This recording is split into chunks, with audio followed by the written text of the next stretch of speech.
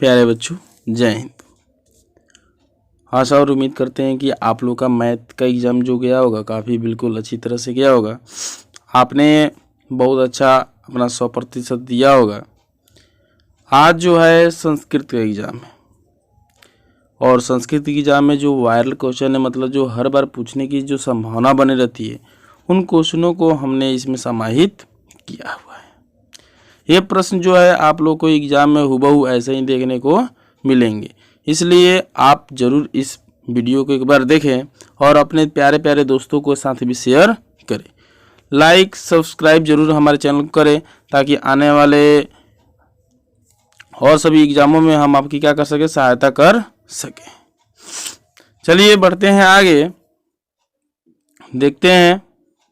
सबसे पहले माँ सरस्वती को नमस्कार करते हैं कि इन्हीं की कृपा से आज आप लोग अपने मंजिल को हासिल करने के कगार पर पहुंच चुके हैं।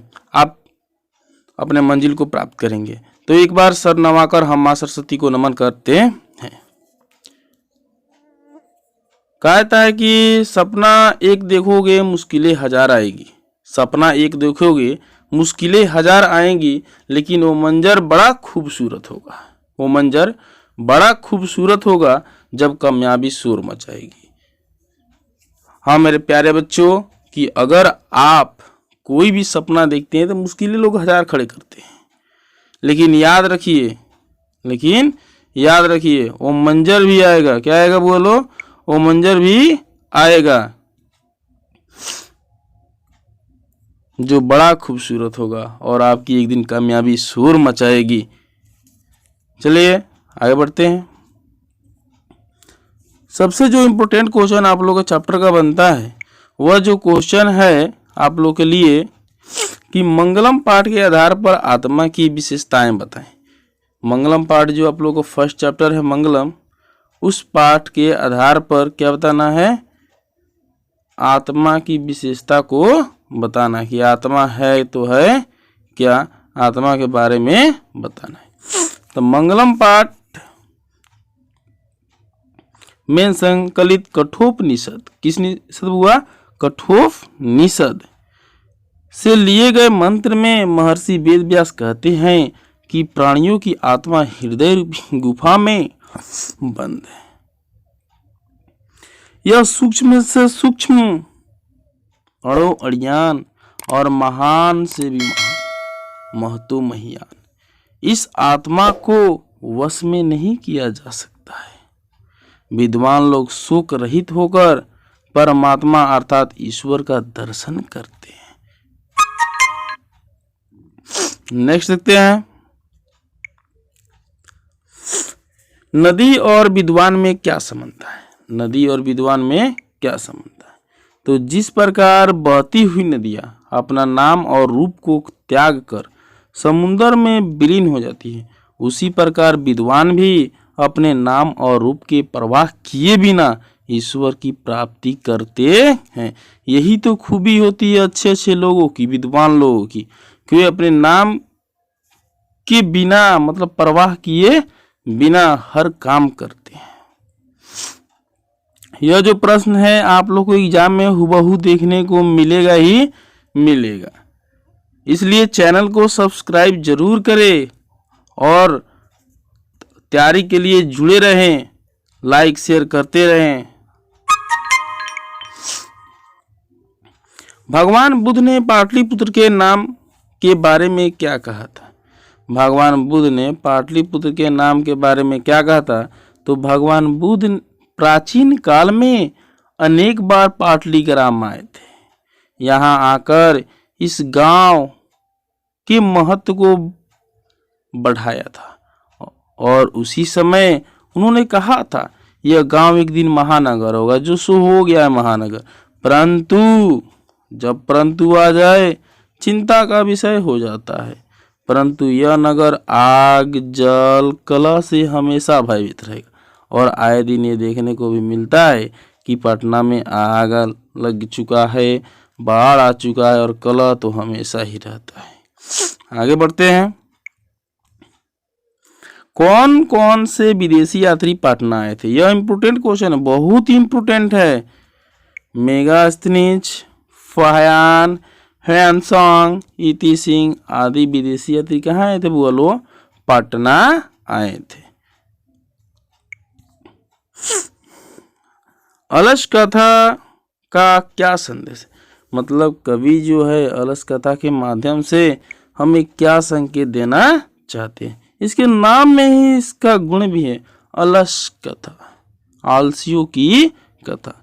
तो अलस कथा का संदेश है कि आलस्य एक महान रोग है, अतः हमें आलस को त्याग देना चाहिए। जीवन में विकास के लिए व्यक्ति कर्मठ होना अति आवश्यक, मतलब अपने कामों में लगे रहना चाहिए। आलस्य शरीर में रहने वाला महान शत्रु है, जिससे अपना परिवार, समाज का विनाश अवश्य होता है। अतः हमें अपने आलस्य को त्याग देना चाहिए, अपने माता पिता के सपनों को साकार करना चाहिए।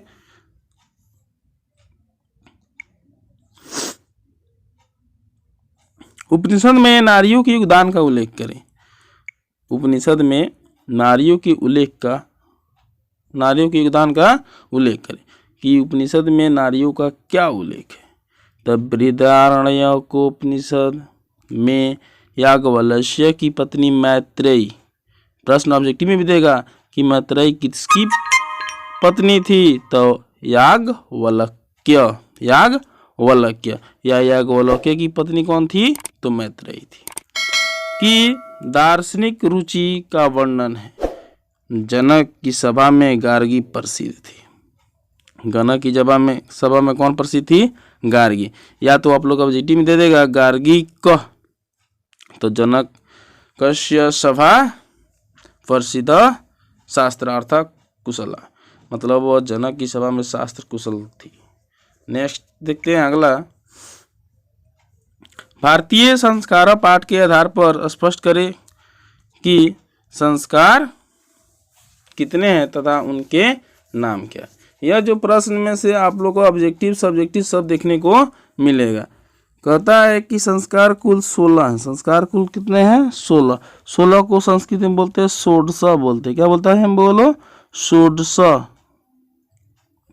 क्या बोलते हैं? बोलो षोडश बोलते हैं, षोडश। संस्कार को संस्कृत में षोडश बोलते हैं, षोडश।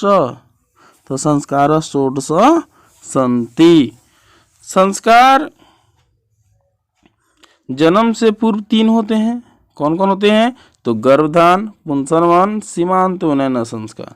और शैशवावस्था में 6 होते हैं। जातकर्म, नामकरण, निष्कर्मण, अन्नप्रशासनम, चूड़ाकर्म और कर्ण भेद। शैक्षिक संस्कार में होते हैं 5 होते हैं। अक्षर आरंभ, उपनयनम, वेदारंभ, केशांत और समावर्तन। और यौनावस्था में विवाह के संस्कार होते हैं तथा व्यक्ति की मृत्यु के बाद उसका अंत्येष्टि संस्कार किया जाता है। इस प्रकार कुल कितने संस्कार होते हैं? 16। और इसको कितने भागों में बांटा गया है? तो 5 भागों में बांटा गया है। जन्म से पूर्व, शैशवावस्था, और आप लोगों को मिलेगा शैक्षणिक, और एक मिलेगा विवाह यौना अवस्था में, और एक मिलेगा मृत्यु के बाद। कुल कितने भागों में बांटा गया है? 5। और कितने होते हैं? 16 होते हैं। नीच मनुष्य कौन होते हैं? पठित पाठ के आधार पर बताना कि नीच मनुष्य कौन होते हैं। तो आप लोग श्लोक पढ़े होंगे, काफी अच्छा श्लोक है। अनाहुत परिविशति अपृष्टो बहु भाषते अविश्वस्ति विश्वसेति मूढ़ चेता नरा धम। अर्थात जो बिना बुलाए हुए प्रवेश करता है।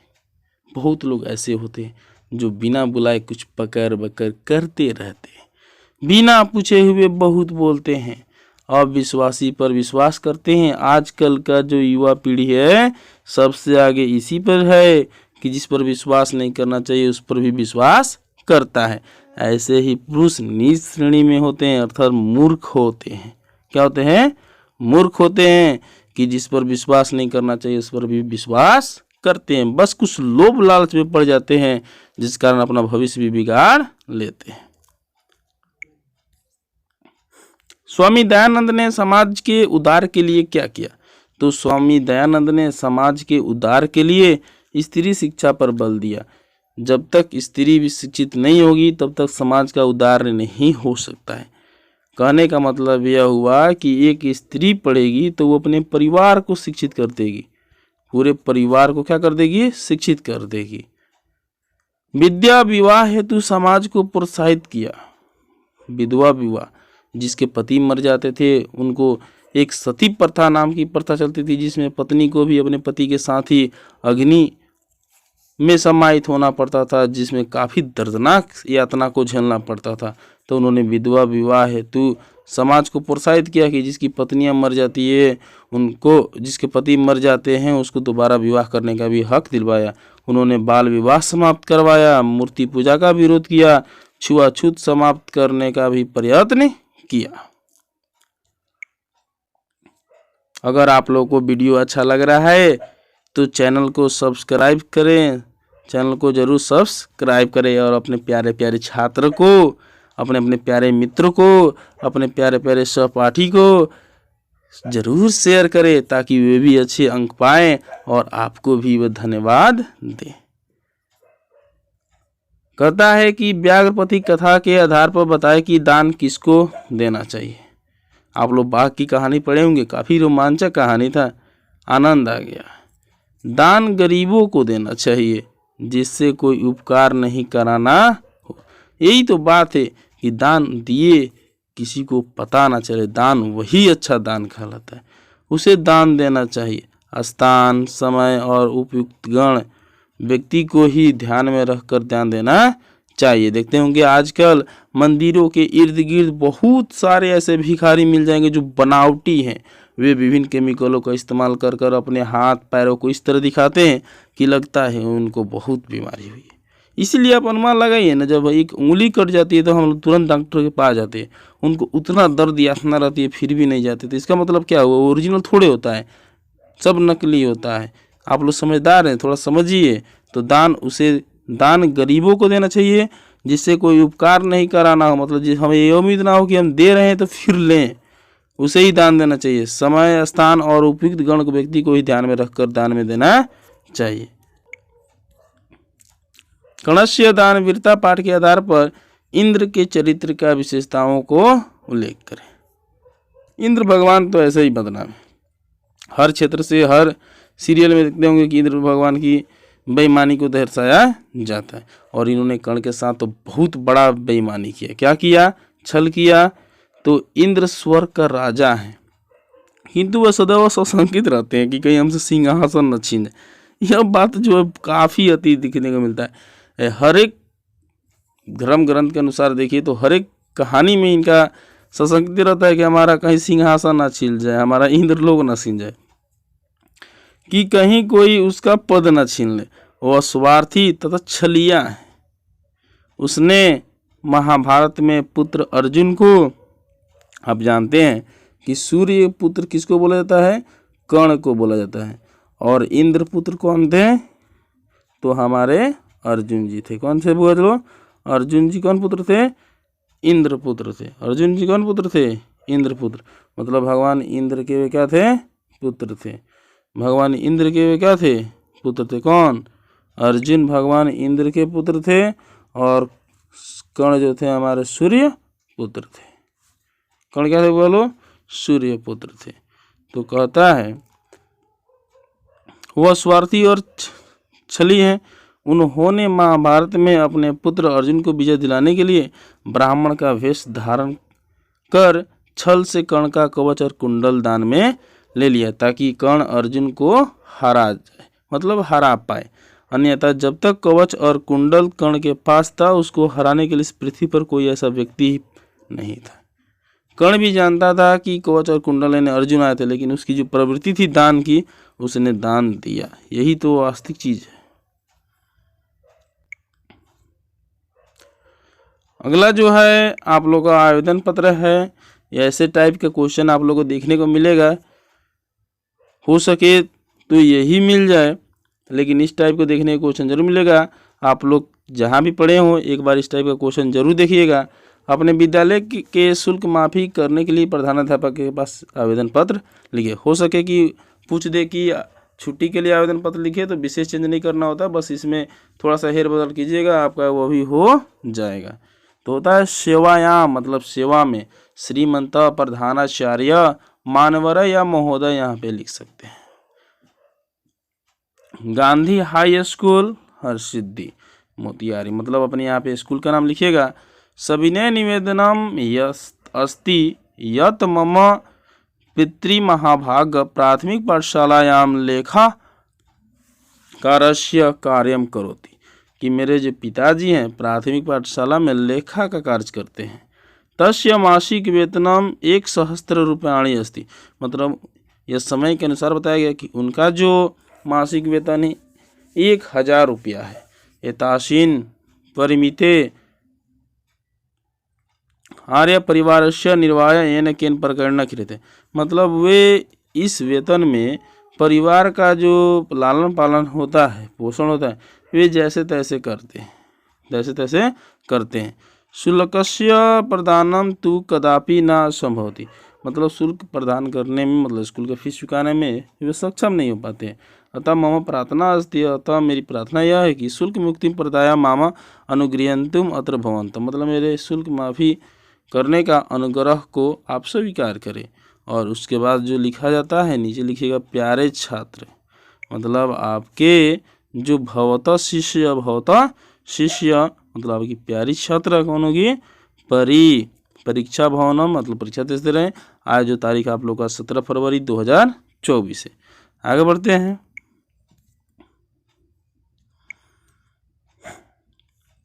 आप लोग को निबंध देखने को मिलेगा, तो निबंध तो आप लोगों को सबसे इम्पोर्टेंट बनता है ऋतुराज पर ही बनता है। किसको बनता है बोलो, ऋतुराज किसको बोलता है, बसंत को बोलता है, क्योंकि ना तो इसमें ज़्यादा गर्मी लगती है और ना ही ज़्यादा जाड़ा लगती है। नाती तापा नाती शीत, क्या अच्छी बात कही गई, नाती तापा नाती शीत, ना अधिक गर्मी ना अधिक ठंडी। कहता है कि भारतीय शीतद्य षड् ऋतव भवन्ति, मतलब भारतीय जो शीत अनुसार देखा जाए तो भारत में 6 ऋतु होते हैं। तेसु बसंत राजा करते, जिसमें बसंत को क्या कहता है, राजा कहा जाता है। चैत्र वैशाख पतित ऋतुरयम समशीतोष्णम वर्तते, चैत वैशाख में ऋतु जो होता है समशीतोष्ण रहता है। अधुना शिशिरस्य विकारलम सत्यम न भवति, बसंते पुष्पाणि विकसंति, बसंत में ही पुष्पों का क्या होता है, विकास होता है। पलावानि परपुष्टन्ति, पुष्पेषु भ्रमरा गुंजन्ति, पुष्प जो पर होते हैं भौरे गुंजन करते हैं। सर्वत्र नवजीवनम संचरित, सभी जगह नवजीवन का संचरण होता है। अयम ऋतुराजा मनोहरती, ऋतुराज जो होता है मन को हरने वाला होता है। बेगा मधुरम सायंती, बिहक जो होती है पक्षी जो होती है मधुर स्वरों में गूंजती है। तो ये रहा हमारे आज का सबसे इम्पोर्टेंट क्वेश्चन जो आप लोगों को एग्जाम में देखने को मिलेगा। आशा और उम्मीद करते हैं आप लोग इस वीडियो को पूरा देखे होंगे और आगे भी देखने के लिए चैनल को लाइक सब्सक्राइब जरूर कीजिएगा। और एग्ज़ाम देकर आइए तो कमेंट में जरूर लिखिए कि इसमें से कितने प्रश्न आप लोग को मिले, ताकि हमें भी थोड़ा सा प्रोत्साहन मिले, हौसला मिले कि हमारी वीडियो आप लोग देखते हैं और आप लोग को मिलता है। तो मिलते हैं नेक्स्ट वीडियो में, तब तक के लिए धन्यवाद। आप लोग अपना 100% देकर आए। Best of luck.